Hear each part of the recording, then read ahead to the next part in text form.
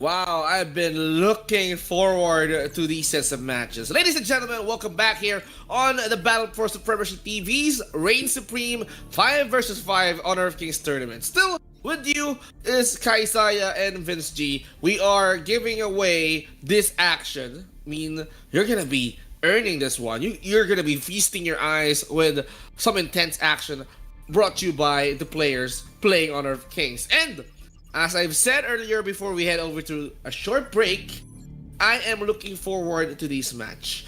These teams have something in common and they're looking for something. But this time around, it seems like LF Adoption, they have found victory because unfortunately for their opponents, they did not show up. So it's gonna be an easy win for Adoption. LF Adoption will be proceeding towards the next round. For LF Sponsor, unfortunately, they did not show up, so we're not gonna see them play. So congratulations to LF Adoption, but aside from that, we still have games to witness. Now, it's gonna be Apex from Myanmar and Matrix Bloodhounds from Bangladesh. So, who is it gonna be? Who's gonna win this series, Kaisaya? We have yet to find out, but I just want to comment, from the previous game that did not push through from a while ago, looking for sponsor versus looking for adoption. It seemed like looking for adoption is more persistent into looking for adoption, right? So I Yeah. think that shows. So yeah, we'll just see. We'll just see. Well, we don't know their reasons, but yeah, congratulations, looking for adoption for moving forward to the next round. So yeah, up next is going to be Apex from Myanmar versus Matrix Bloodhounds from Bangladesh. Gonna be very interesting because, well, it's my first time to actually join this caster desk for Battle for Supremacy TV Honor of Kings tournament, but it is my first time to witness a Myanmar versus a Bangladesh team, series. So I'm so excited about, personally, so excited about it, and I want to see like how this one will go. Gonna be an interesting match. Now that you've mentioned it, Bangladesh, Myanmar, it's gonna be a banger of a match. No doubt about that. That's because these teams, they're gonna be giving everything that they've got. They need to make sure that they're gonna be winning this best of ones. They cannot afford to lose. Losing is not an option to these guys as they're keeping an eye towards that victory. They need to climb up the ladder in order for them to reach the grand final stage. And if they reach there, there's no reason to back down anymore. You're not going to be satisfied by ending as the second place. You play to win and you play to become the champions. And that is the goal of each and every one of them. They're hunting for that trophy. They're hungry, or they wanted to become the season 1 champion. They wanted to become the pioneers that started it all. Yes, that's so true. I just want to give shout outs to Leonardo Tumblod watching on the Facebook stream right now. Hello. I don't have a view on the YouTube, but we're multi-streaming across 2 different platforms at the moment. So we had to restream, quite unfortunately, but do share the stream on different groups that you have or your friends who's interested to know like what is it like to play, or how is it like in the competitive scene of Honor of Kings. So do share this stream to your friends, to your groups, and to your group chat. So yeah, I don't have any guesses as of yet as to who is it gonna be, but when I saw how Myanmar team play up against the Indonesian team a while ago, it seemed like they have this competency level to go up against other Southeast Asian countries. Competency. And speaking of Omniverse Esports, I kind of like where they're going towards the mid game. I mean, if given a chance, Omniverse Esports can definitely farm up. They can easily upset.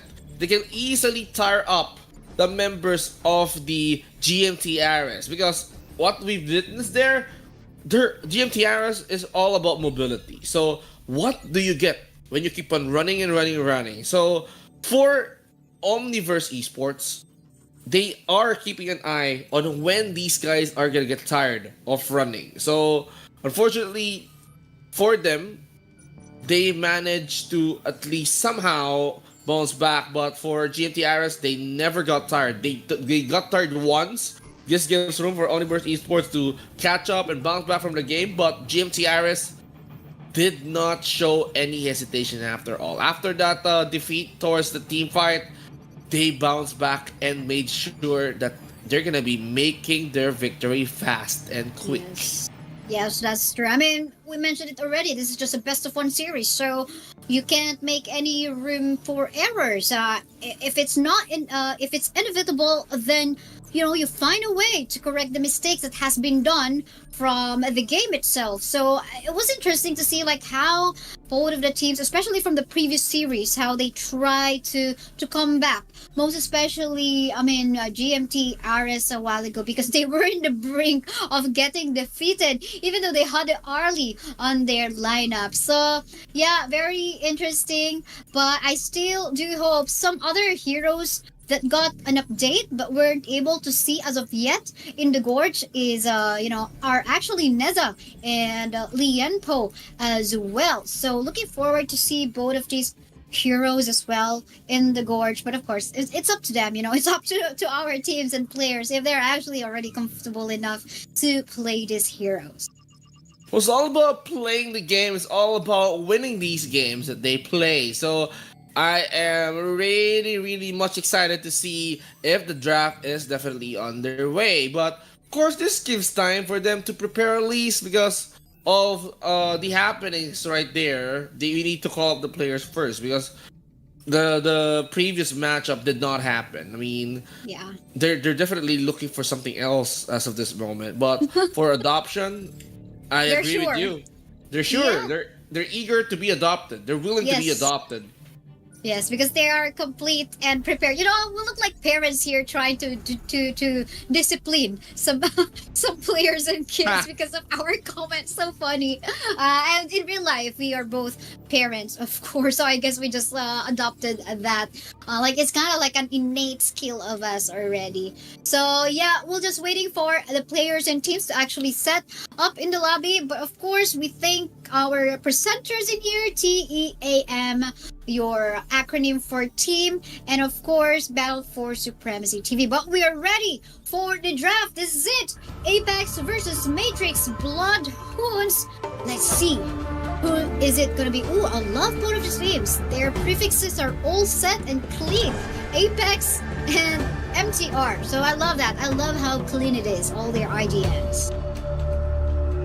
Oh, the Bloodhound will they be hungry for blood at this rate? I mean, we are talking about the dogs here, the hounds. They need to be unleashed in this game. They need to be wild at this rate. But let's not forget about the Apex. I mean, the Apex here has that clear view of victory, and that is why, in terms of like bans, let's go with the standards. Let's go with Dolia and Dashiao not being able to play into this game, and they're keeping an eye towards their next set of bans. So Yeah. their next set of bans here might as well be a support again, like Zhang or probably cripple down something like an assassin here. Another support, Yuzi, out of action. Yeah, I mean, it's also unusual that they're on the blue side, but they actually prio ban the Adolia because they could have got it in here. Only one thing that speaks to that term is that they have a different clan. And it's something that might be quite unreadable, so we'll just have to find out. But normally, when we see this roamer bans on the early phases of the banning stage, is that they want to cancel. They do know each other so well, and then they want to cancel out some particular certain type of play. Like, could it be like you want to cancel out a highly mobility hero, or a composition, or do you want to cancel out a clash type of composition? So especially like the global presence type of composition, which is in the form of the Daciao, which is already bad as well. But quite unusual as well as the prio pick for the Luara. We don't see that often. Normally it goes to the second or third phases of picking. But yes, onto your this side, sorry. Onto your side right now is the early pick. And I love as to how so far he could be protected with a junk fight as the roam. Immediately I pointed it out because I know that you wanted to see this one in action so bad. And on the earlier game that we've seen, the Orly somehow did quite pack a punch. So it's all up to them for the Bloodhounds to utilize this Arlie really well. But of course, Zhangfei is there. He's gonna be the savior for Arlie. But another hero that I kind of miss personally, my personal bias is right there. It's gonna be the Angela right there. So burst kind of hero, Mai Shiranui, flame versus flame, fire after fire. You need to fight fire with fire, literally, and that's what they want to do with the Angela. Mai Shiranui, no. Actually, they go for a defrost. They're planning to thaw out the Angela in mid. Well, yeah, let's see about that if they will be able to do that, because we don't see the roamer pick in here. Who's gonna? I mean, the Leosha is still available. I mean, Lianbo too, which could be the roamer in here that could give that space either for the Luara or the Angela. And you know this, like as an Angela player like you. You just usually go for a bush play, and us anyway is quite squishy. So I guess for as long as Apex Insane in here is able to do the kind of strategy, I think he will be able to pull out into bursting down the types of the Princess Frost. Princess Frost crowd control is definitely the key for Princess Frost. He's really, really good at freezing down enemy heroes, and this will be enabling Angela to freely hit anyone that she likes to hit. And for Zhangfei, he can go all out. He can go unbridled outbursts, just like what we've seen earlier. I mean, Zhangfei can be a part of Avengers if he wants to. He can go smash each and every one of his opponents at ease. But when it comes to the lineup of Apex, Lam actually has that mobility as well. He just needs to work out on his tankiness, but the damage-wise, Lam can easily provide that easy stealth kill. So I wonder how Apex is gonna utilize that. But wait a minute, okay, done. Yes. Dun. So there goes the. Well, it's not yet locked. But if ever, that's going to be a lot of sustain for the side of Apex. I mean, frontliners to go in for the backline, to flank in for the backline, but they're still deciding. Instead, they go for the Guan Yu. Lots of mobility. Add up that layer of mobility coming from the Sunbin, which is also it seems like they want to chase onto someone. Probably it's the Arlie, because we know how mobile the Arlie is, right? He can just teleport to her parasol and roam around the map, and at the same time, I guess the mobility is for them to just pick off a fight or catch up onto a certain team fight that is happening on the other end of the map. But so far looking good. We don't have a last pick yet for a Matrix. They're currently missing a jungle in here. Lots of options. I mean, Luna, Jing.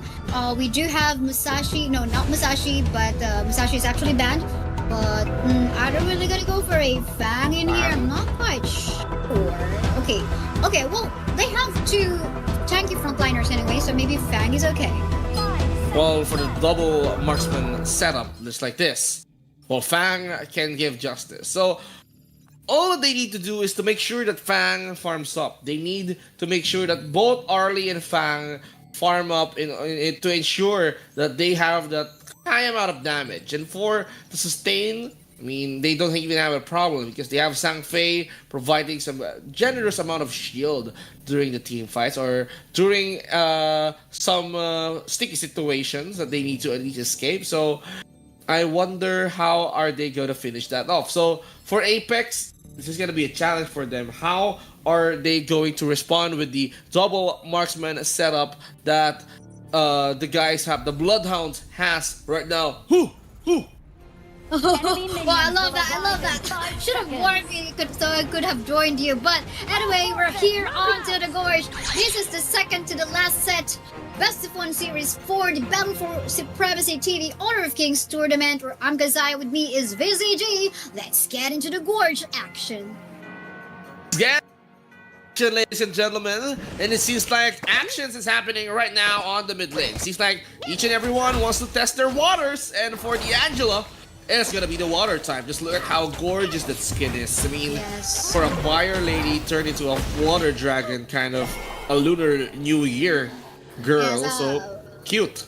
Yeah, so cute. Probably she's the avatar, can just like make use of any elements she wants. But yeah, Yeah. gotta love all these dragon skins that we have.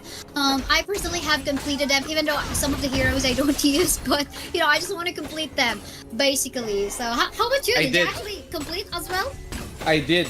Oh, I just, yes. but of course, I just need to get my Dashao. Actually, I just need to finish quests. At least you got the skins already, so that's more important. No, just kidding. But here we go. Here we go with the pokes here and there.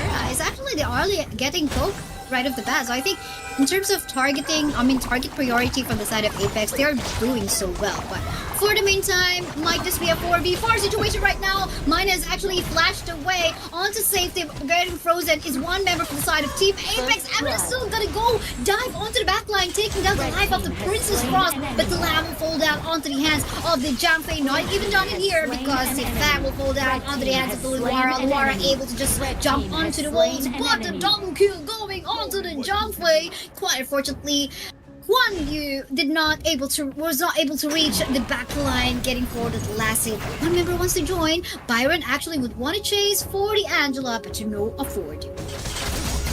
That flash kind of scares me. If I'm the Angela user, I'm gonna have a heart attack with that flash. I mean, they are really keeping an eye onto that early kill, and they're not even letting Insane breathe with that kind of pressure that the Matrix Bloodhounds are doing right now. 2-3 score, but the bottom lane is just very hot. Slain an enemy. Off-cam kill is the Princess Frost getting killed by Insane, our Angela in the game. But 2v1 situation up top right now. Byron has to back away a little bit, getting chased, getting poked by the Guan Yu, but he's able to go back to safety.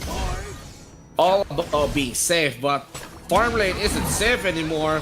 It is way too crowded. And this forced Lamb to at least react towards the pressure that the Matrix Bloodhounds are doing. So for Lamb, I'm gonna keep on working. I just need to farm up my items and then finally respond towards the aggression that the Bloodhounds are showing. So for them, it's either control the mid, control the bot lane. So not giving space for Apex to react. Now Lamb comes up.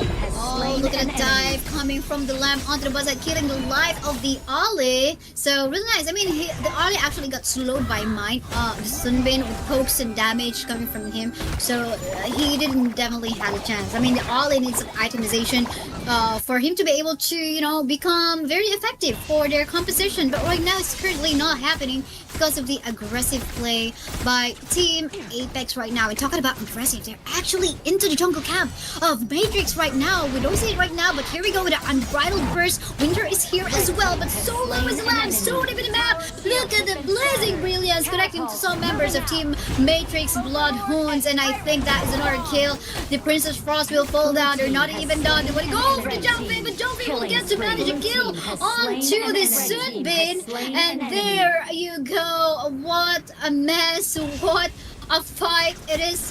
I mean, I think it is a total of like 2v3 trade overall in the jungle camp. 3 at least. I mean, I have to respect Zhangfei. I mean, Zhangfei is turning into a monster. Before he was a beast, but right now he's definitely becoming a monster in the side of Matrix Bloodhounds, and this is what you get. I mean, look at how they smell blood. They wanted to at least keep their opponents in check, but right now they're gonna give it a go. Tyrant will be awarded towards the side of Apex with that good amount of smite. Yes, nice try, though. Even Sunbin actually made use of his time lapse. Oh, the Princess Frost will fall down once more onto the hands of the Angela. So this is what we're talking about. I mean, for as long as the Angela is able to go for a gank up against Princess Frost, I mean, it's gonna be super effective. I mean, even add the shield, doesn't matter. And later on, he could just like build onto some Succubus Cloak or if she wants to. But for the meantime, we see the aggressive play again, Blazing Brilliance. Really short cooldown in here, gonna be bursting down the life of one member of Matrix Bloodhounds. But an exchange of kill in here, another priority target onto the tower this time. But Zhang Fei would want to go for a chase. Slow down, pokes coming from mine, our Sunbin, and And there we go. Objective has been taken up top. Nothing yet from the side of Matrix. And just look at that. Apex right now trying to utilize that advantage, take down the towers on top lane. Now their tower is being removed, so that's the first tower advantage coming in for the side of Apex. And with a score that they have right now, they just need to continue the lead. They just need to let Lamb to farm up, but Itamaru, he was being chased down, and we can see Chase Cinders being thrown at it on their way. Insane blink. Nice guy.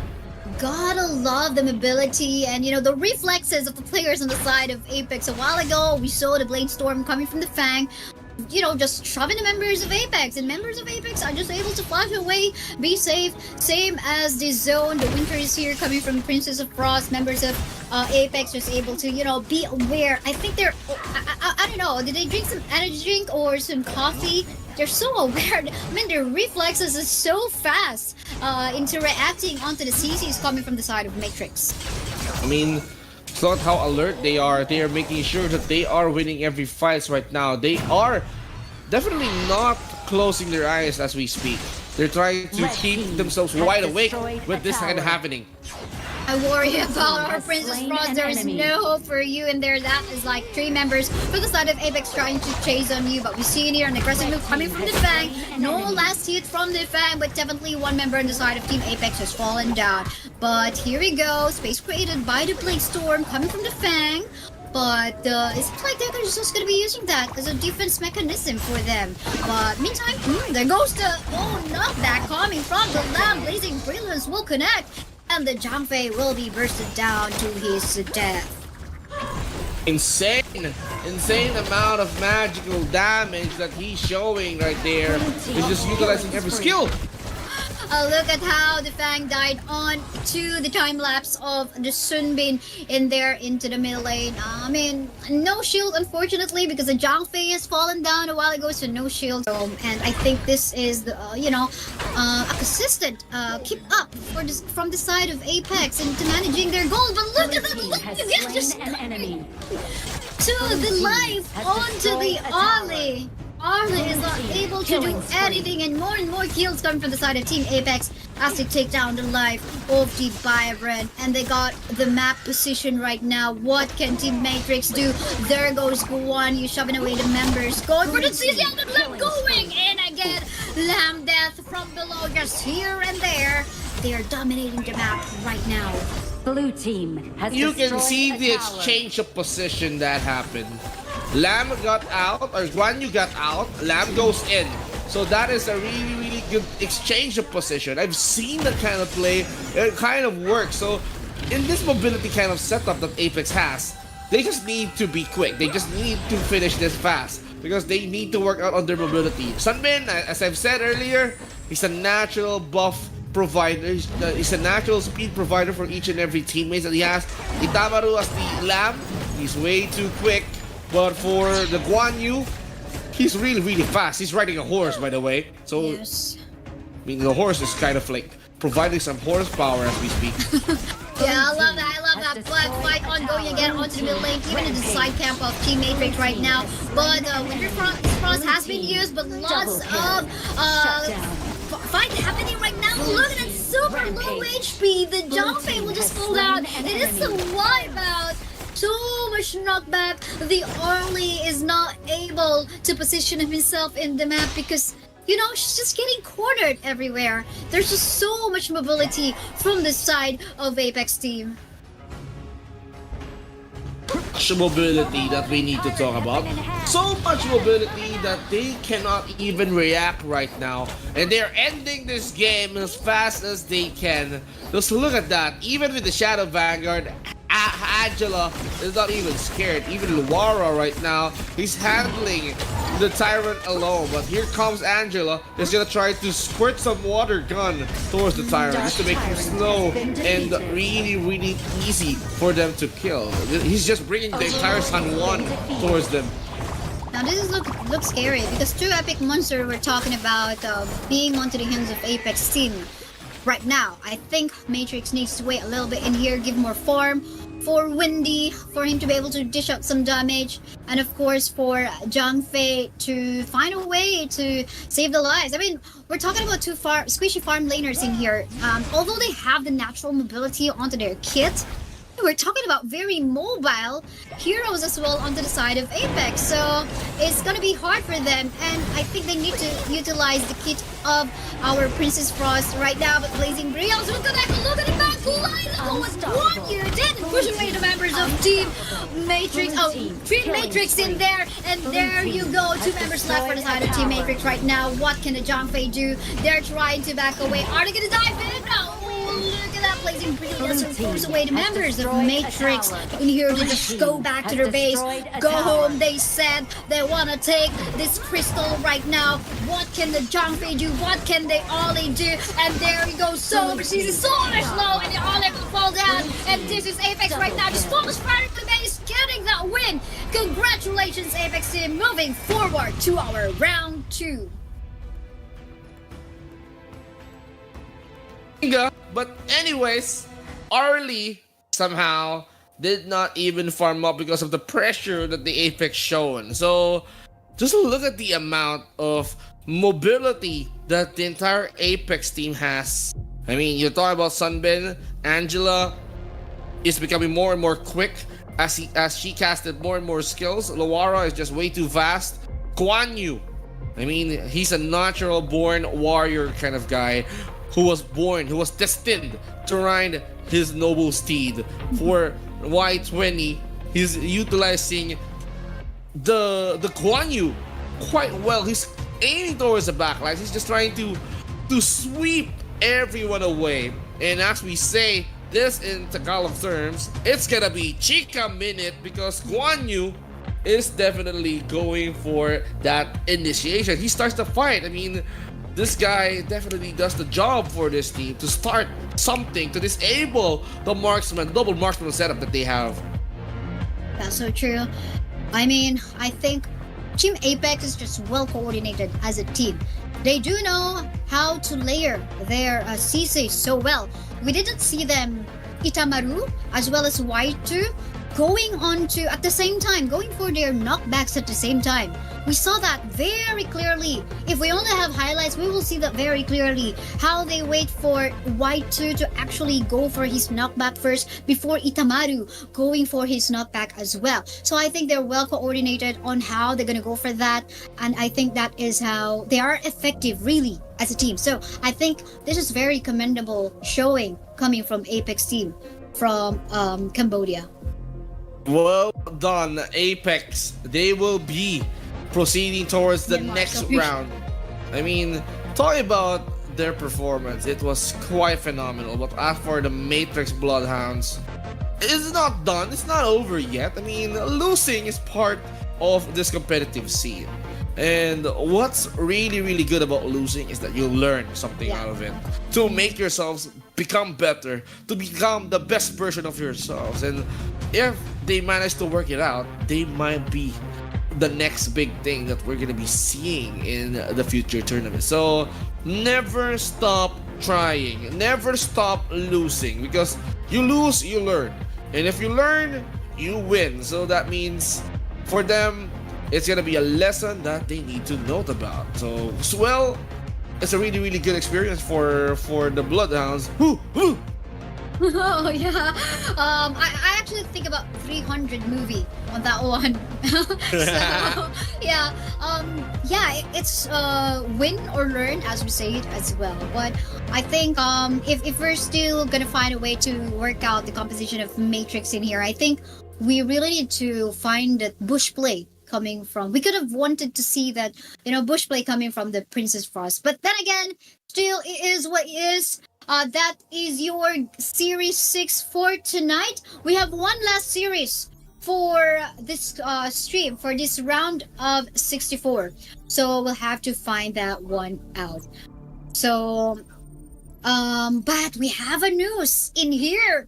It seems like sleep early for tonight, because Team SVX from Cambodia is actually a default win for them. Final Fantasy from the Philippines, unfortunately, is not able to show up and compete for this last round. So, there you go.